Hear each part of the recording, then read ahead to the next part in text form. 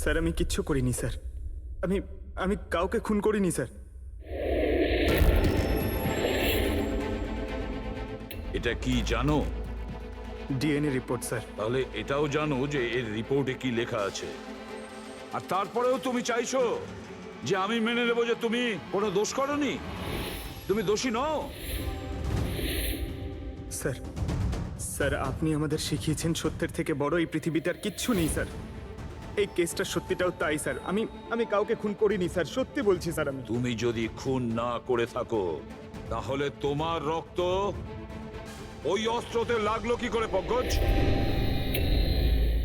আমি জানি না স্যার। Damn it! জানো না মানেটা কি? হ্যাঁ, এই যে তোমার হাতে চোট লেগেছে, ওই যে রক্ত চিহ্নটা রয়েছে, সেটাই চিৎকার করে বলছে খুনি তুমি পঙ্কজ, তুমি। আমি আপনাকে বলেছিলাম স্যার, আমি অটো করে যখন বিউরো আসছিলাম তখন কেটে গেছিল স্যার।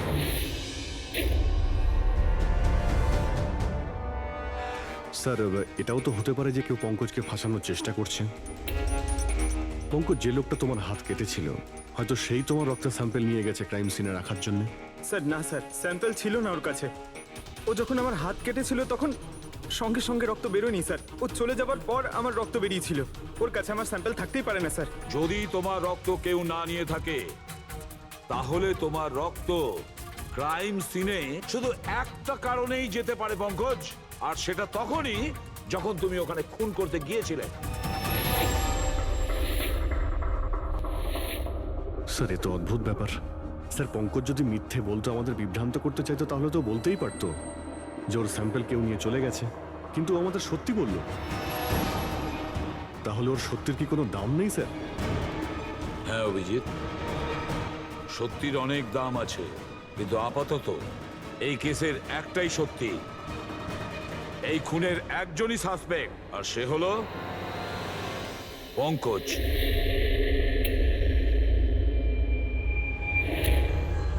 আমি তোমাকে সিআইডি থেকে সাসপেন্ড করছি। স্যার স্যার আমার কথা বিশ্বাস করুন, আমি কিচ্ছু করিনি। আমি খুন করিনি, আমি আমার বাবার দিব্যি করে বলছি স্যার। তোমার গান আর ব্যাচ।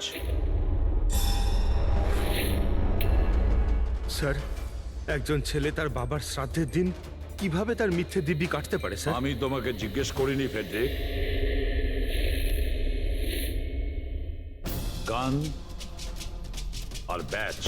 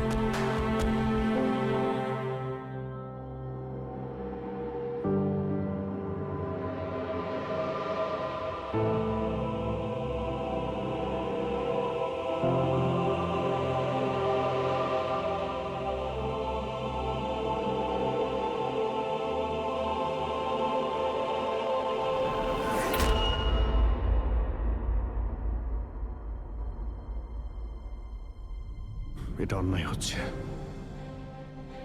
এটা খুবই অন্যায় হচ্ছে।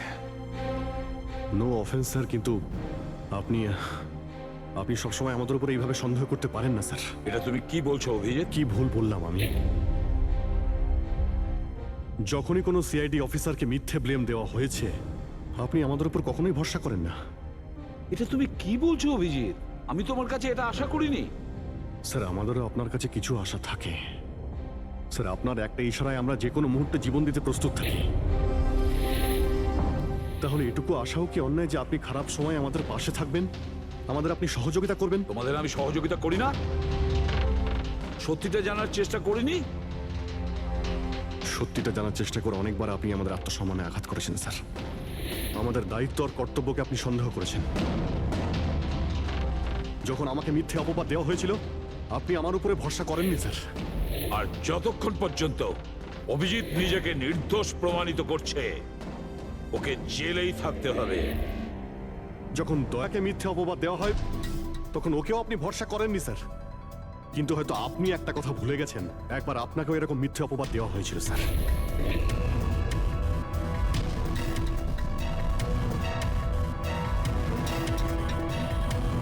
সেই মুহূর্তে আমাদের মধ্যে কেউ আপনাকে সন্দেহ করেনি। আমরা শক্ত দেওয়াল হয়ে আপনার সামনে দাঁড়িয়েছিলাম স্যার, যাতে আপনাকে কেউ ক্ষতি করতে না পারে। তাহলে আমাদের খারাপ সময় কি আপনি আমাদের পাশে দাঁড়াতে পারেন না? অভিজিৎ কোনো অপরাধীর থেকেও বিপজ্জনক একজন ইমোশনাল সিআইডি অফিসার। তুমি ইমোশনাল হয়ে যাচ্ছ অভিজিৎ। আমি তোমাকে এই কেস থেকে সরিয়ে দিলাম।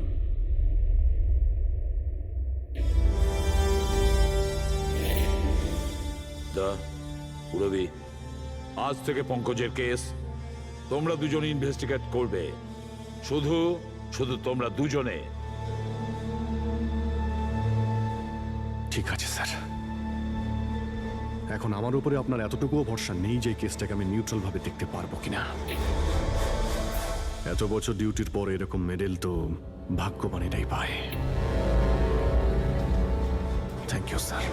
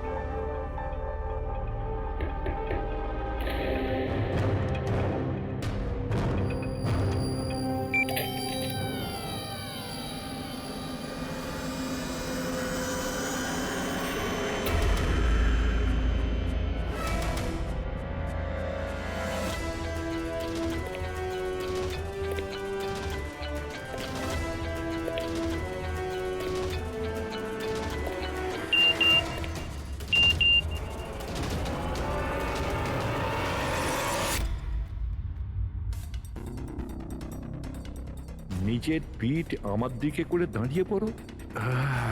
চলো এটাও করে দেখে নি।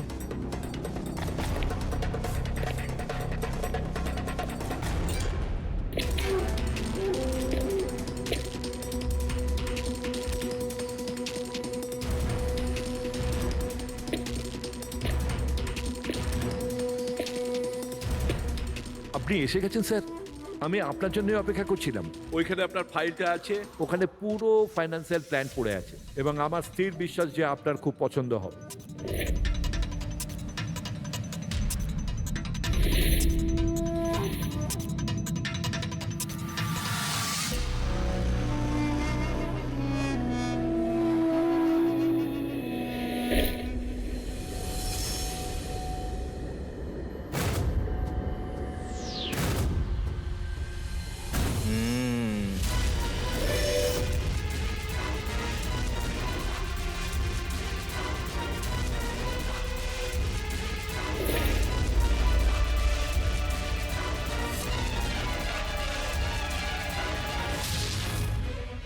আরে এ তো নকল।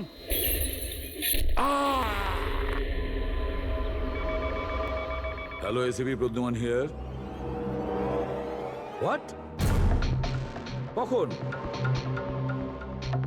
আচ্ছা, ঠিক আছে,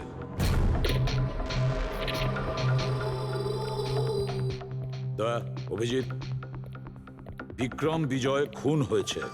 বিক্রম বিজয় মানে ওই কেলেঙ্কারি কেসের? হ্যাঁ হ্যাঁ, ওই বিক্রম বিজয় আজও আইনকে ফাঁকি দিয়ে পালাচ্ছিল, আর আজও খুন হয়েছে ওরই বাড়িতে। একদিন না একদিন তো এটা হওয়ারই কথা ছিল স্যার, এত শত্রুও পুষেছে ঘরের মধ্যে। Sir I am really sorry sir, একটু লেট হয়ে গেলাম। কি ব্যাপার পঙ্কজ, কোথায় ছিলে তুমি? স্যার আসলে বাবার শ্রাদ্ধ ছিল আজ, তাই মন্দিরে গেছিলাম পুজো দিতে। ঠিক আছে, আর এটা হাতে কি হয়েছে? আরে স্যার আসতে গিয়ে লেগে গেল, তেমন কিছু না, খুব বেশি লাগেনি স্যার। ঠিক আছে, তৈরি হয়ে নাও, একটা মার্ডার কেস এসেছে। আর শোনো,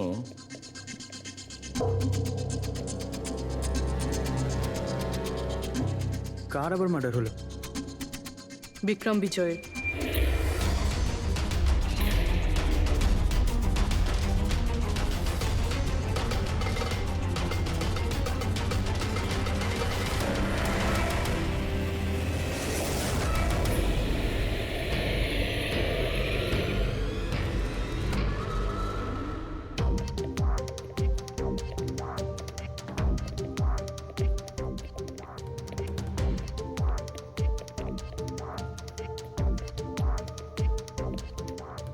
সিআইডি হ্যাঁ, স্যার, আমি গোপাল, বিক্রম স্যারের ম্যানেজার।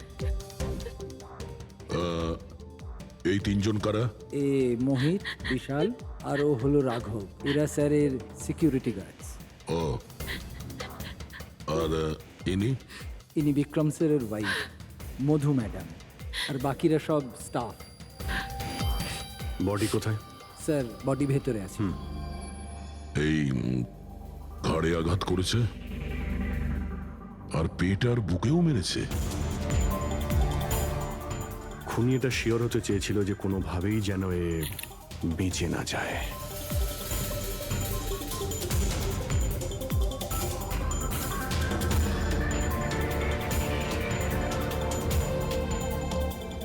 মনে হচ্ছে এটা দিয়ে আঘাত করেছে এর ওপর।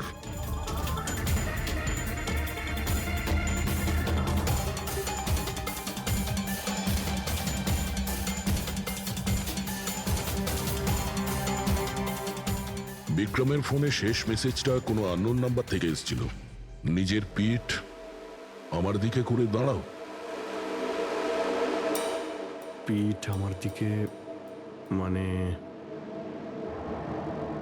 ওই লোকটা কি একে নিজের মুখ দেখাতে চায়নি নাকি?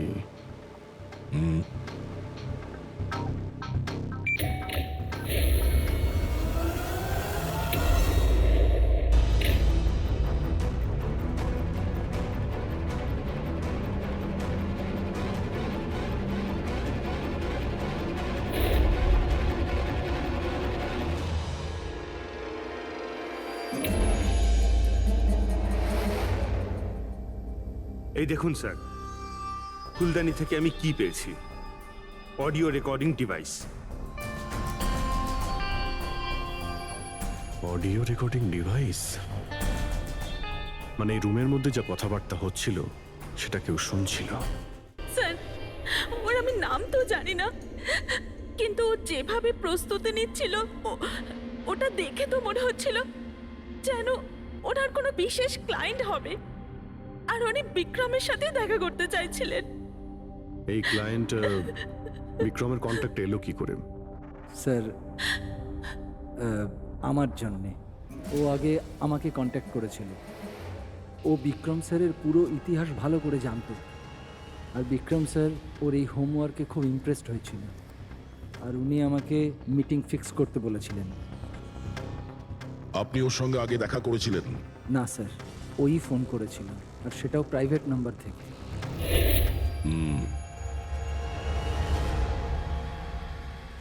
তাহলে আপনারা মিটিং এর আগে সবকিছু দেখে নিয়েছিলেন? হ্যাঁ হ্যাঁ স্যার। ওই রুমটা খুব ভালো করে চেক করে নিয়েছিলেন তো? হ্যাঁ। তাহলে এই অডিওর রেকর্ডিং ডিভাইস এটা রুমের মধ্যে এলো কি করে? স্যার, এটা কোথায় ছিল? ফ্লাওয়ার পটের মধ্যে। ফ্লাওয়ার পটে? ওটা তো তুই চেক করেছিলিস না মোহিত?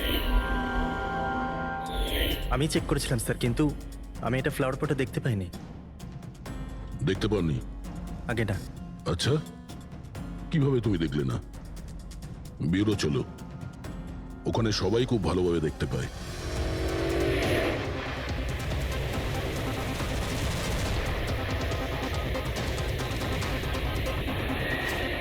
মোহিতের উপর নজর রাখবে। গুলি চালাবে না।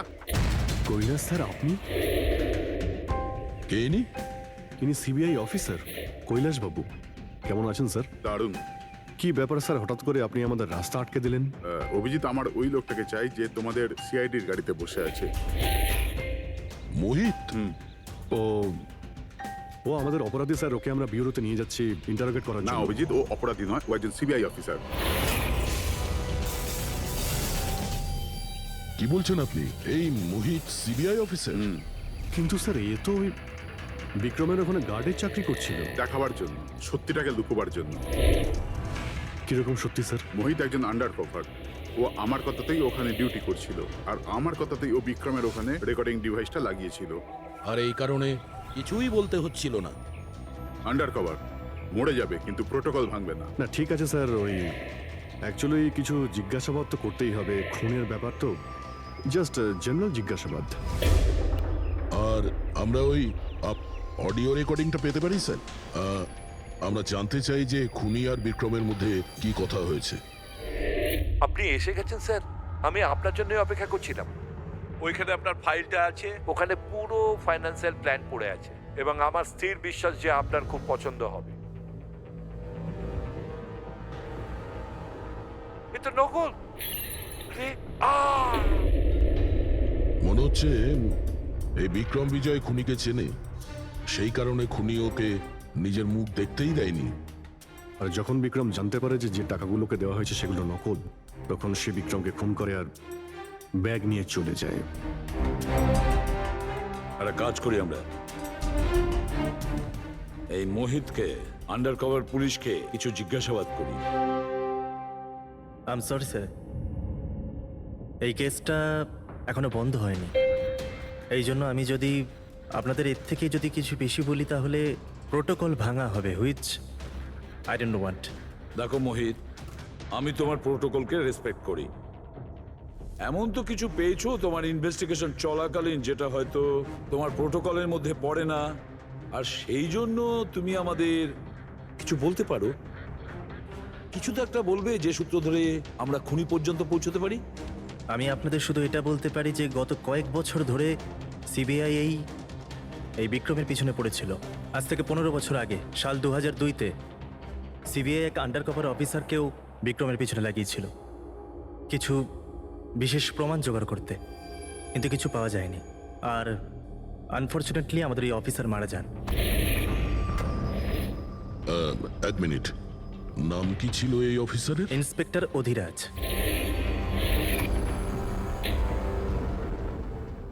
ইন্সপেক্টর অধিরাজ? এই বোতলে যে রক্তটা আছে, এই রক্তে বিক্রমের ডিএনএ ছাড়াও অন্য কারো ডিএনএ আছে। বিক্রমের ডিএনএ ছাড়াও অন্য কারো ডিএনএ আছে? তুমি বলতে চাইছো অন্য কেউ ছিল? কে ছিল সালুকে? ক্রিমিনাল ডাটাবেসের সঙ্গে কম্পেয়ার করে দেখেছিলে, ম্যাচ করে দেখেছিলে তুমি? তার দরকার পড়েনি। প্রয়োজন ছিল না কি বলছো সালুকে? সেটা কার ডিএনএ? ওই ডিএনএ হ্যাঁ, পঙ্কজের। হোয়াট? ওই ডিএনএ পঙ্কজের? আমাদের পঙ্কজের? আমাদের পঙ্কজের। এটা কি করে হতে পারে? সিআইডি অফিসার হলো পঙ্কজ। সিআইডি অফিসার পঙ্কজ খুন করতে পারে? আমাদের একজন অফিসার খুনি? কিন্তু স্যার, পঙ্কজ কেন খুন করতে যাবে? সেটাই তো, সিআইডি অফিসার কেন খুন করতে যাবে? স্যার, বিক্রমের বাড়ির থেকে 1 কিলোমিটার দূরে পুলিশ একটা বেবারিশ মোটরসাইকেল পেয়েছে স্যার। কার মোটরসাইকেল ছিল ওটা? স্যার, ও পঙ্কজের ওটা।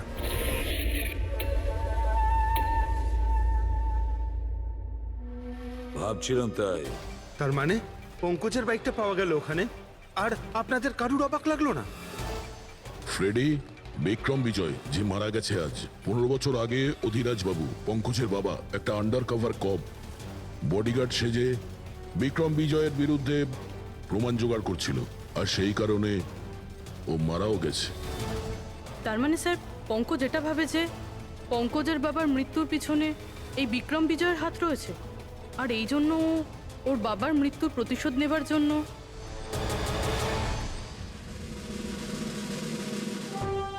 পঙ্কজ এখন কোথায়?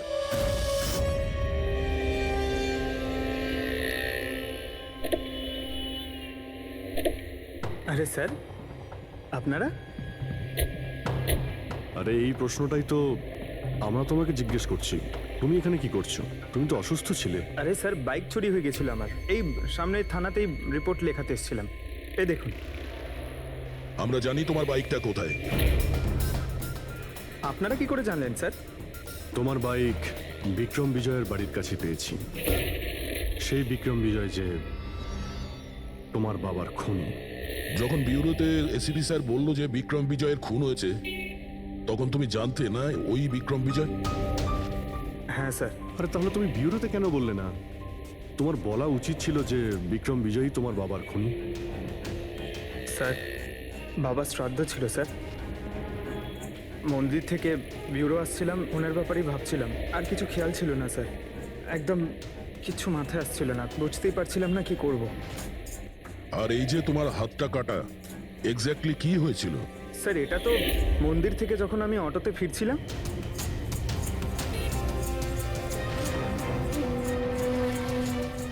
কি হলো স্যার? তাহলে একজন অচেনা লোক আঘাত করে চলে গেল, হ্যাঁ? এমনি অকারণে? স্যার আমি জানি বিশ্বাস করাটা একটু কঠিন, কিন্তু এটাই সত্যি। আচ্ছা পঙ্কজ, তুমি সবসময় তো বাইকে করে বিউরোতে আসতে, হঠাৎ তুমি অটো করে কেন এলে? হঠাৎ করে না স্যার, আমার বাইক তো দুদিন ধরে খারাপ হয়ে রয়েছে। তাহলে তোমার খারাপ হয়ে যাওয়া বাইকটাকেও নিয়ে গেল, সে ওটাকে রিপেয়ার করলো, আর ঠিক হয়ে যাওয়ার পর ওটাকে একটা ফাঁকা জায়গায় ফেলে দিয়ে এলো, তাও কাকতালীয় ভাবে এমন একজনের বাড়িতে ফেলে দিয়ে এলো যার আজই খুন হয়েছে, আর যে তোমার বাবার খুনিও। স্যার, আপনারা আমাকে সন্দেহ করছেন? আপনাদের মনে হচ্ছে ওই বিক্রম বিজয়কে আমি মেরেছি?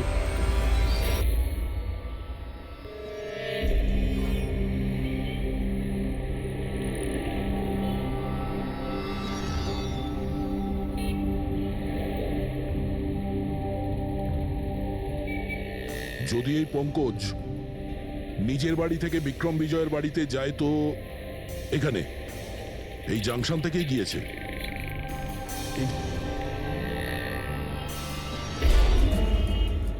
স্যার, সিগন্যালে সিসিটিভি ক্যামেরা রয়েছে। এই সিসিটিভি ক্যামেরার ফুটেজ থেকেই আমরা জানতে পারবো যে পঙ্কজ ওই বাইকে করে এখান থেকে গিয়েছিল নাকি ওটা অন্য কেউ ছিল।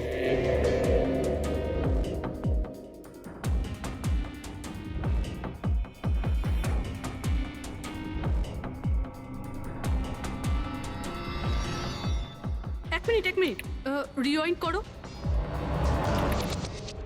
পজ করো। স্যার এই দেখুন, একে পঙ্কজের মতনই দেখতে লাগছে না? বাইকের নাম্বার হলো XYA4784। স্যার, পঙ্কজের বাইকের নাম্বারও এটাই। পুরবি, এই পঙ্কজ এতটা তো ভুল করবে না যে একটা অপরাধ করতে যাওয়ার আগে রাস্তায় আর একটা অপরাধ করবে, সিগন্যাল ভাঙা। নিশ্চয়ই কেউ আছে যে পঙ্কজকে ফাঁসাতে চাইছে, আর সেই কারণেই ও সিগন্যালটা ভেঙেছে, যাতে আমাদের যে সন্দেহটা আছে পঙ্কজের উপর, ওটা আরো মজবুত হয়। কিন্তু স্যার, পঙ্কজকে কে ফাঁসাতে চাইবে? হতে পারে ওর কোনো পুরনো শত্রু। স্যার, আমার এমন কোনো পুরনো শত্রু নেই যে আমাকে ফাঁসানোর জন্য এরকম কিছু করবে স্যার। পঙ্কজ, খুব ভালোভাবে চিন্তা করো, কেউ তো হবে। না স্যার। যদি তোমার কোনো শত্রু না থেকে থাকে, তাহলে এই খুন তুমিই করেছো। তুমি নিজের বাবার মৃত্যুর প্রতিশোধ নিয়েছো তুমি, আর সেটাও ওনার মৃত্যুবার্ষিকীতে। স্যার, আমার প্রতিশোধ নেবার কোনো মেন্টালিটি নেই স্যার। আমি খুনি না স্যার, আমি একজন সিআইডি অফিসার। যতদূর বাবার কথা স্যার, আমি তো ওনাকে ভালো করে দেখিও নি। স্যার আমার তো এমন কিছু মনেও নেই যে উনি আমাদের সঙ্গে কখনো টাইম স্পেন্ড করেছেন বা আনন্দ করেছেন। স্যার উনি হয়তো কখনো ভাবতেনও না যে ওনার একটা ছেলে আছে যার ওনাকে প্রয়োজন। তার মানে হলো তোমার বাবার সঙ্গে তোমার সম্পর্ক ভালো ছিল না? স্যার উনি একজন আন্ডারকভার কপ ছিলেন, বেশিরভাগই নিজের কাজেই ব্যস্ত থাকতেন। বাড়ি, সংসার, সন্তান, পরিজন সেসব নিয়ে উনি কোনোদিন মাথায় ঘামাননি। আমাকে শুধু আমার মাই মানুষ করেছেন স্যার। কিন্তু তাও বলছি পঙ্কজ, তোমার নিজের বাবার সাথে কোনো না কোনো স্মৃতি তো জড়িয়ে থাকবে না? কিছু মনে আছে? শুধু স্যার এইটুকুই মনে আছে আমার স্যার, আমাকে উনি মেলায় ঘুরতে নিয়ে যেতেন, কিন্তু মেলায় নিয়ে যাওয়ার আগে উনি আমাকে হসপিটালে নিয়ে যেতেন প্রতিবার। কি? হসপিটালে? ওটা কেন? হয়তো ছোটবেলায় আমি খুব অসুস্থ থাকতাম, আর উনি হসপিটালে নিয়ে যেতেন, আর আমার খুব ব্যথা লাগতো স্যার। যন্ত্রণা? পঙ্কজ, কোথায় যন্ত্রণা হতো? স্যার পিঠে, এখানে স্যার। পিঠে? পঙ্কজ, ডাক্তার পিঠে কি করতো? না স্যার, তেমন কিছু মনে পড়ছে না স্যার। মনে করো, মনে করো পঙ্কজ, মনে করো, মনে করো কি করতো? তোমার পিঠে ইঞ্জেকশন দিত বা পিঠের থেকে রক্ত বার করতো? কি করতো মনে করো? Sir sir sir drill drill machine দিয়ে কিছু করতো হসপিটালে। কি বলে, ড্রিল মেশিন দিয়ে? আর তারপরে তোমার পিঠে যন্ত্রণা হতো? খুব ব্যথা করতো স্যার, আমি তো এক সপ্তাহ ঠিক করে বসতে পারতাম না। আর তারপর বাড়ি যাবার পর তোমার ঘুম ঘুম পেত, অদ্ভুত কিছু মনে হতো, মাথা ঘুরতো? হ্যাঁ স্যার। স্যার মেলায় যখন আমি ঘুরতে যেতাম তখন ঘোরের মধ্যে থাকতাম স্যার, সারাক্ষণ মাথাটা ঝিমঝিম করতে আর ঘুরতো স্যার। কিন্তু স্যার এই কথাটার কেসটার সাথে কি সম্পর্ক? সম্পর্ক আছে বস। আমার মনে হচ্ছে এর বাবা এর খুব কম বয়সে এর বোন ম্যারো ডোনেট করে দিয়েছিল। কিন্তু স্যার বাচ্চাদের বোন ম্যারো ডোনেট করা তো বেআইনি কাজ। বেআইনি কাজ, কিন্তু আমার মনে হচ্ছে বস টাকার জন্য বা যে কোনো কারণেই হোক ওই ডক্টর এর বাবার জন্য এই সমস্ত করেছে। সেটা বুঝলাম স্যার, কিন্তু আমি এখনো এটা বুঝতে পারছি না যে ওই ঘটনাটার এই কেসের সাথে কি সম্পর্ক। কানেকশন এইটা পুরোপুরি, যখন কাউকে বোন ম্যারো ডোনেট করা হয়ে থাকে তখন যাকে বোন ম্যারো ডোনেট করা হয়েছে সেই ব্যক্তির হিউম্যান কাইমারিজম হয়ে যায়। হিউম্যান কাইমারিজম? এটা এটা কি ডক্টর সালুখে? মনে করো যে যে লোকটাকে বোন ম্যারো ডোনেট করা হয়েছে সেই ব্যক্তিটির শরীরে দুটো ডিএনএ তৈরি হয়ে যায়। একটা ডিএনএ সেইটা যেটা ওর নিজের অরিজিনাল, আর দ্বিতীয় ডিএনএটা তার যার বোন ম্যারো তাকে ডোনেট করা হয়েছে তার। তার মানে ডক্টর, পঙ্কজের বোন ম্যারোটা যে পেয়েছে তার রক্তেও এই পঙ্কজের ডিএনএ আছে?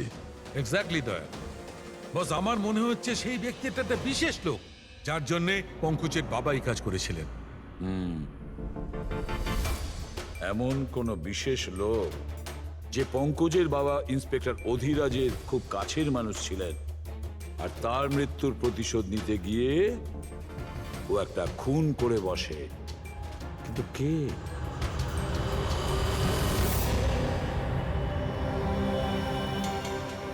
দয়া। Hi sir. Hello Abhijit. Hi Daya, কেমন হ্যালো, আছো? গুড। সরি, আপনাকে এরকম একটা জায়গাতে ডেকে আনতে হলো। অভিজিৎ, যে ইনফরমেশন তোমার দরকার ছিল সেটা না সিআইডি অফিসে দেওয়া যেত না আমার অফিসে? থ্যাংক ইউ স্যার আমাদের সাহায্য করার জন্যে। স্যার পঙ্কজ একজন সৎ অফিসার, আর যদি আপনার সাহায্যকে আমরা নিরাপরাধ প্রমাণ করতে পারি। অভিজিৎ, তোমার মনে আছে এক বিপজ্জনক অপরাধী ছিল রাকা, তাকে ধরতে তুমি আমাকে সাহায্য করেছিলে। তা ধরে নাও আমি সেটারই ঋণ মেটাচ্ছি। এসব আপনি কি বলছেন স্যার? অ্যাকচুয়ালি আমাদের পঙ্কজের বাবা ইন্সপেক্টর অধিরাজের ব্যাপারে কিছু ইনফরমেশন চাই, যতটা আপনি দিতে পারবেন। আপনি কাজ করেছেন না ইন্সপেক্টর অধিরাজের সঙ্গে? হ্যাঁ দয়া, অধিরাজ খুবই সৎ ইন্সপেক্টর ছিল আর সাহসীও। আমার তো এটা বলতে গর্ব হয় যে আমরা একসাথে কাজ করেছি। স্যার অ্যাকচুয়ালি আমরা এটাই জানতে চাই যে ওনার আন্ডারকভার মিশনের সময় ওনার সঙ্গে কারো কি কোনো গভীর সম্পর্ক হয়েছিল? আই মিন কোনো নতুন পরিবার সেরকম কিছু? অভিজিৎ, এই যে আন্ডার কভারদের যে দুরকম জীবন হয়, খুব কঠিন হয় সেটা সামলানো। এই পুলিশেরাও তো মানুষ হয় নাকি, আর তাদেরকেও সেই সীমাটা পেরিয়ে যেতে নেই যেটা ও পেরিয়ে গিয়েছিল। মানে ওনারও কারোর সঙ্গে ভালোবাসা হয়েছিল? ওনারও কোনো অন্য পরিবার ছিল? হ্যাঁ, অধিরাজের দ্বিতীয় স্ত্রী বাচ্চা জন্ম দিতে গিয়ে মারা গিয়েছিল। ও, আর অধিরাজ বাবুর মৃত্যুর পর এই দ্বিতীয় বাচ্চাটার কি হয়েছে? এই রহস্য সবসময় রহস্যই রয়ে গেছে। অধিরাজ ওই দ্বিতীয় বাচ্চাটাকে কোথায় রেখেছে, কিভাবে বড় করেছে, আর ওই বাচ্চাটা কোথায় গেল কেউ কিছু জানে না। আর এই যে বাচ্চাটা, মানে দ্বিতীয় বিয়ের বাচ্চাটা, কত বয়স ওর? এ পঙ্কজের থেকে 2-3 বছর বড় হবে। বিয়ে পঙ্কজের মায়ের সাথে আগে হয়েছিল, কিন্তু বাচ্চা দ্বিতীয় স্ত্রীর আগে হয়েছিল। হয়তো ওনার কোনো রোগ ছিল যার কারণে অধিরাজবাবু পঙ্কজের বোন ম্যারো ওকে দিয়েছিলেন। নিজের বাবার মৃত্যুর প্রতিশোধ নিতে হতে পারে খুনটা পঙ্কজের সৎ ভাইই করেছে। আর এখন প্রশ্ন এটাই যে পঙ্কজের এই সৎ ভাই কে সে, আর এখন কোথায়? আমার কিছু কিছু আইডিয়া হচ্ছে যে ওর সঙ্গে ঠিক কি হতে পারে। দেখুন স্যার, আমাদের আরো একটা সাহায্যের খুব প্রয়োজন। এই আন্ডারকভার মিশনের সময় আপনাদের সঙ্গে আর কারা কারা ছিলেন তার সবার ইনফরমেশন চাই, আর অধিরাজ বাবুর ডিটেলস। অভিজিৎ, এটা একটু মুশকিল হবে। জানি স্যার, এটা খুবই কঠিন, কিন্তু কাউকে নির্দোষ প্রমাণ করতে হবে। আপনি আমাদের উপরে বিশ্বাস রাখতে পারেন, সমস্ত ইনফরমেশন আমাদের কাছেই থাকবে। ওকে। আরে ভাই, কতক্ষণ আর অপেক্ষা করতে হবে? এ লোক সময় আসে না কেন?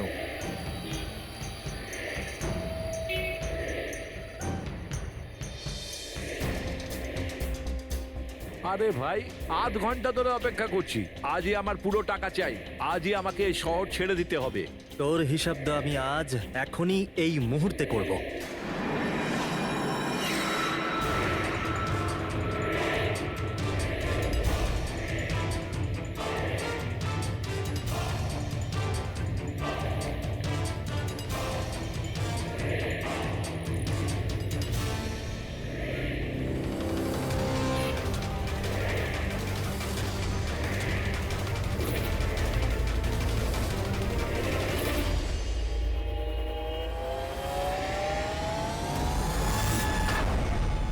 তোর অ্যাকাউন্ট সিআইডি বন্ধ করবে।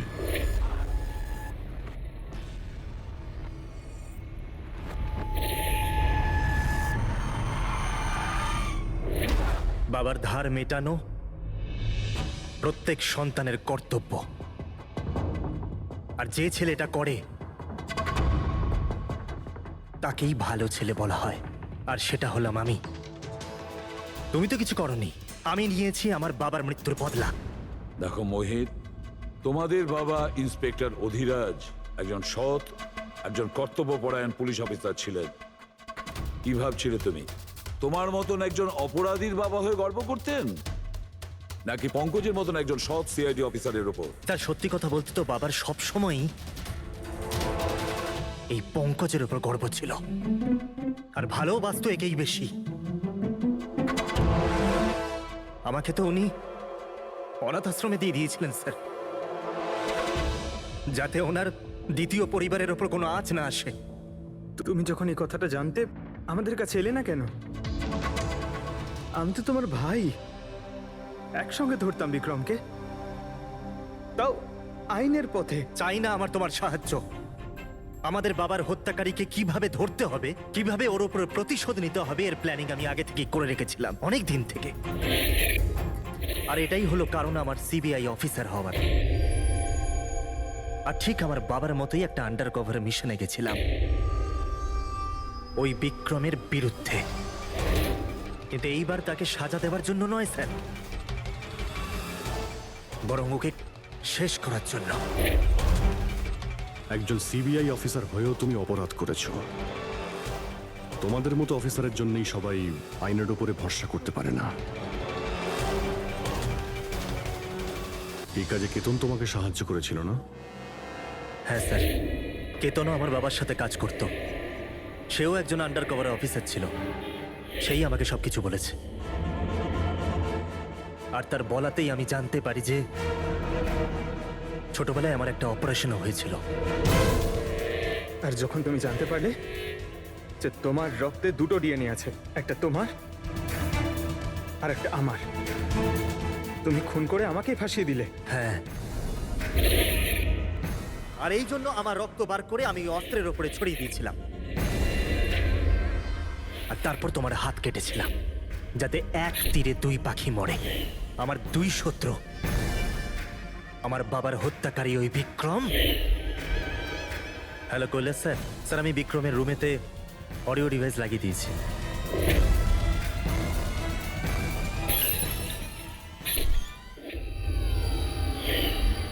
আর তুমি আমাকে এত ঘৃণা করার কারণ কি ভাই? কেন করবো না বলো তো? আজ পর্যন্ত সবকিছু তুমি পেয়েছো। আমাদের বাবার নাম, ওনার ভালোবাসা, ওনার সম্মান, সবকিছু।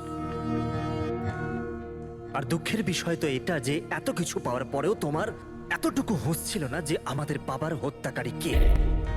স্যার, আজকে যদি আমি না হতাম তাহলে আমাদের বাবার হত্যাকারী আজও বেঁচে থাকতো এবং ঘুরে বেড়াতো। আর তুমি কি পেলে মোহিত? জেল। আর খুন করে তোমার বাবা কি পেল মরার পরে? লজ্জা? স্যার, একটা প্রশ্ন করতে পারি আপনাকে? আপনারা আমার কাছে পৌঁছলেন কি করে? কারণ আমি এতটুকুও ভুল করিনি সমস্ত প্রমাণ পঙ্কজের বিরুদ্ধে করতে। সেটা তো আমরা জানতাম যে পঙ্কজ এ কাজ কোনোদিন করতে পারে না। আর বাকি রইল তোমার অবধি পৌঁছানোর। যখন আমরা দুটো ডিএনএর খোঁজ পেলাম, আমরা তোমার বাবা ইন্সপেক্টর অধিরাজের ব্যাকগ্রাউন্ড চেক করলাম। সেখান থেকেই আমরা জানতে পারি যে ওনার আরো একজন ছেলে আছে, তুমি। ব্যাস, আমরা সেই ছেলের ঠিকুজি খুঁজে বার করলাম তোমার। আর পুরো ব্যাপারটা ছবির মতন পরিষ্কার। অনেক ভুল করেছো তুমি মোহিত, মস্ত বড় ভুল করেছো। আইন তোমাকে কঠোর থেকে কঠোরতম শাস্তি দেবে। হয়তো যাবজ্জীবন জেল, না হলে ফাঁসি।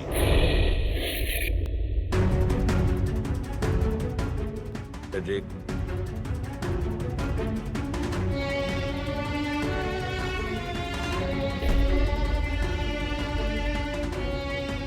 সরি স্যার,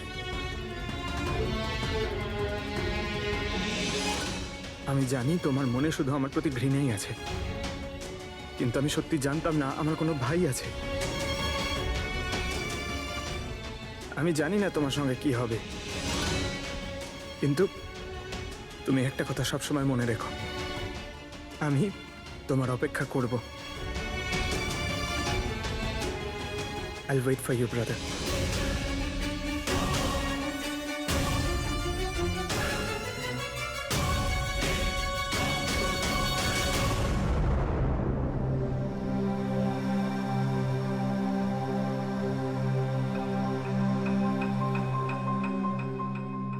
পঙ্কজ, দেখো, তোমার যে ভালো দিকটা আছে না, সেটা কিন্তু বাঁচিয়ে রাখবে খুব ভালো করে।